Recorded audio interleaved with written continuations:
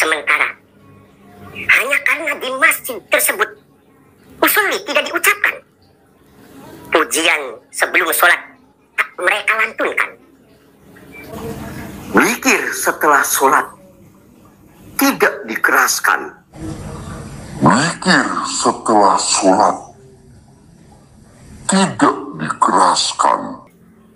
Maka dengan sebab itulah kalian anggap itu semua sebagai musuh besar, musuh pebuyutan kalian.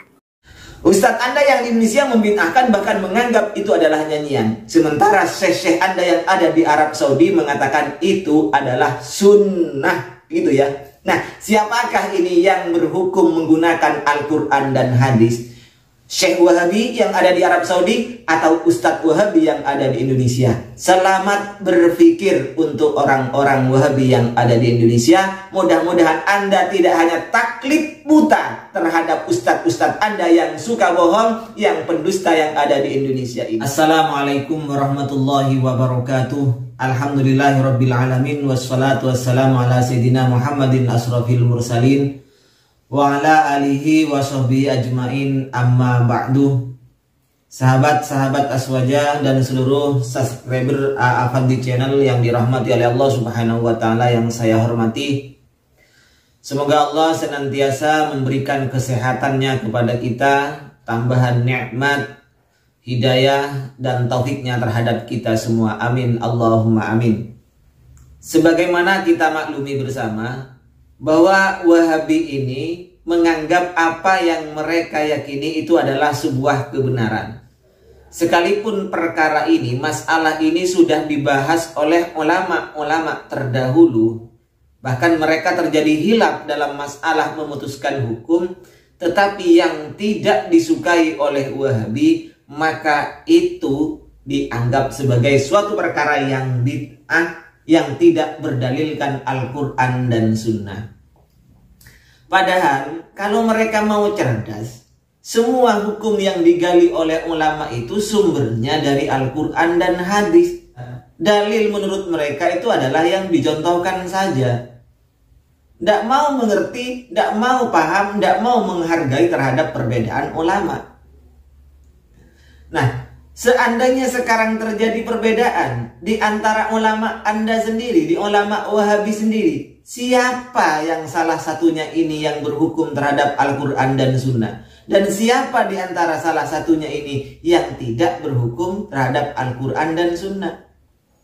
Misalnya, jika ada orang Wahabi, ulama Wahabi, Syekh Wahabi mengatakan A boleh, B tidak boleh. Terus siapa di antara keduanya ini yang berhukum dengan hukum Al-Quran dan Sunnah? Dan salah satunya, apa akan dikatakan tidak berhukum dengan Al-Quran dan Sunnah? Ya.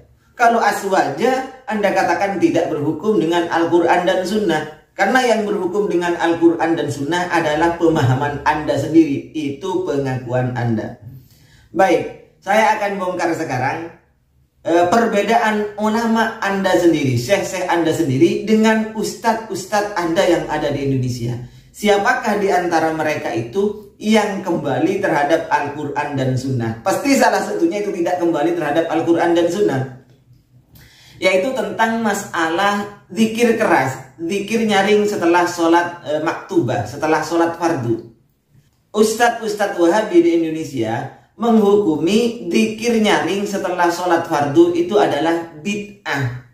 Sementara syekh-syekh mereka yang ada di Arab Saudi mengatakan itu adalah sunnah. Yang mana yang benar ini? Karena salah satunya mesti tidak berhukum dengan Al-Quran dan Sunnah. Ingat, wa man lam yakum bima anzalallah, barang siapa yang tidak berhukum dengan hukumnya Allah, maka faulaika humul zalimun, faulaika humul fasikun.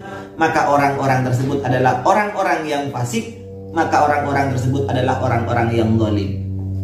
Baik, mari sekarang kita bongkar perbedaan Ustadz Wahabi dengan syekh-syekh mereka di Arab Saudi.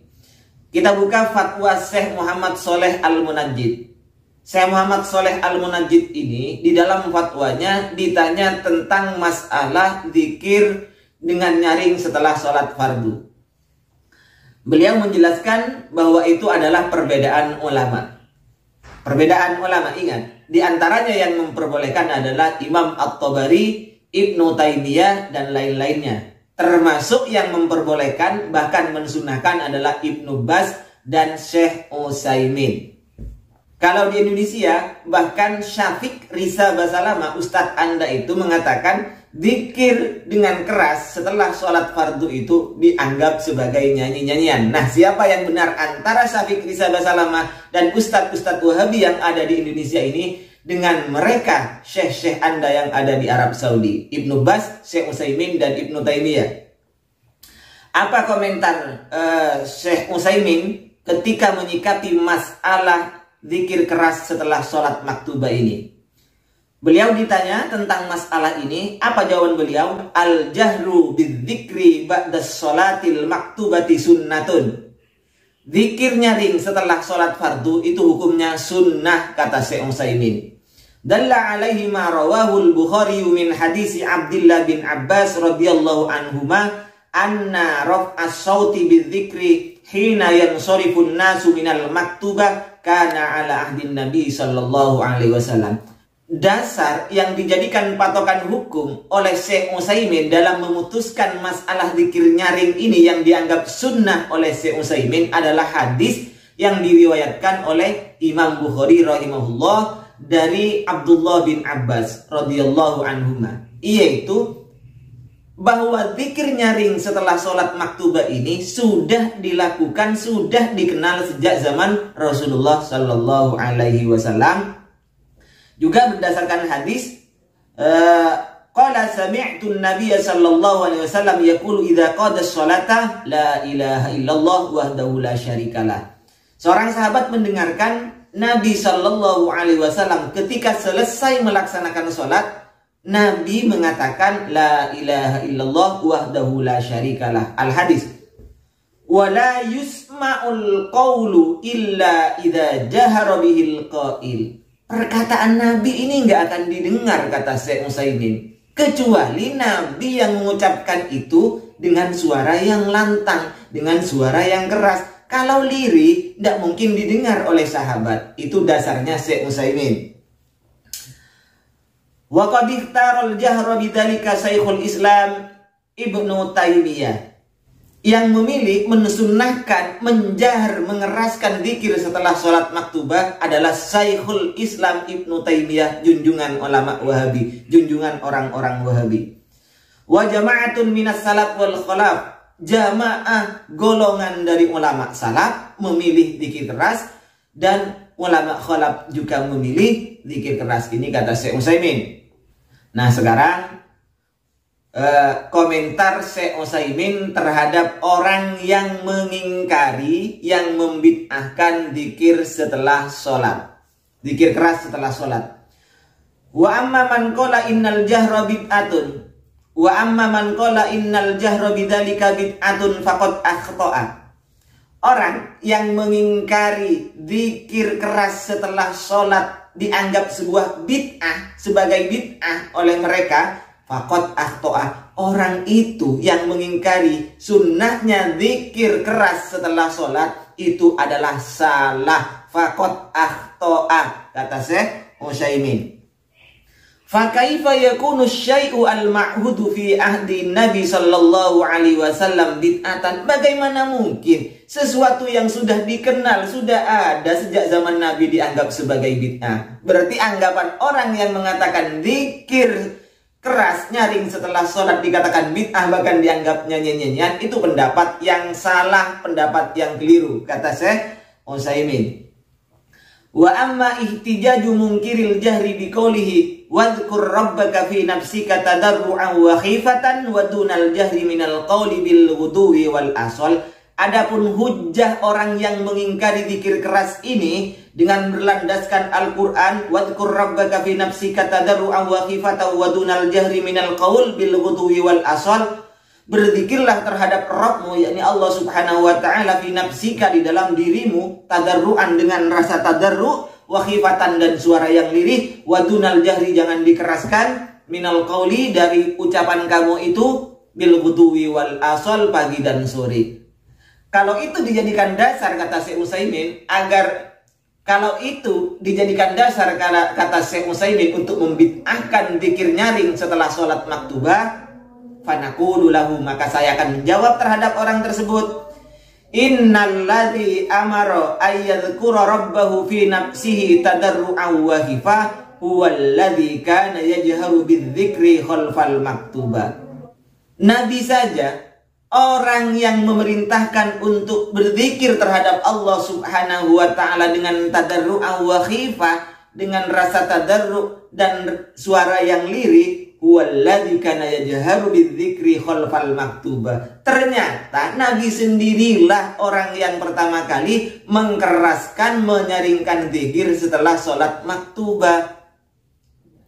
Fahal hadal muhtajju a'lamu bi muradillahi min rasulihi. Apakah orang yang menyalahkan zikir nyaring setelah sholat maktubah itu, ustadz-ustadz Wahabi yang ada di Indonesia itu, lebih tahu dari maksud Allah Subhanahu wa ta'ala ketimbang Rasulullah? Ini pertanyaan Utsaimin, jawab ya orang-orang Wahabi. Au ya'taqidu anna Rasulullah sallallahu alaihi wasallam ya'lamul murada walakin khalafahu. Atau orang yang mengingkari zikir, menganggap bid'ah zikir setelah sholat maktubah ini, beriktikad, meyakini bahwa Rasul sebenarnya tahu bahwa Allah Subhanahu wa ta'ala memerintah untuk melirihkan suaranya ketika berzikir. Wa khalafahu, tetapi Nabi menyalahi, mengingkari perintahnya Allah Subhanahu wa ta'ala. Jadi apakah orang-orang Wahabi, ustadz-ustadz Wahabi di Indonesia ini lebih tahu dari Rasulullah? Itu pertanyaan Utsaimin ya. Kemudian sekarang pernyataan Ibnu Baz. Ibnu Baz ditanya juga, bagaimana hukumnya mengeraskan zikir setelah sholat maktubah? Dengan tegas Ibnu Baz mengatakan, az-zikru ba'da sholati yustahabbu raf'us shauti bih. Ini pernyataan Ibnu Baz. Zikir setelah sholat disunnahkan untuk menyaringkan suaranya.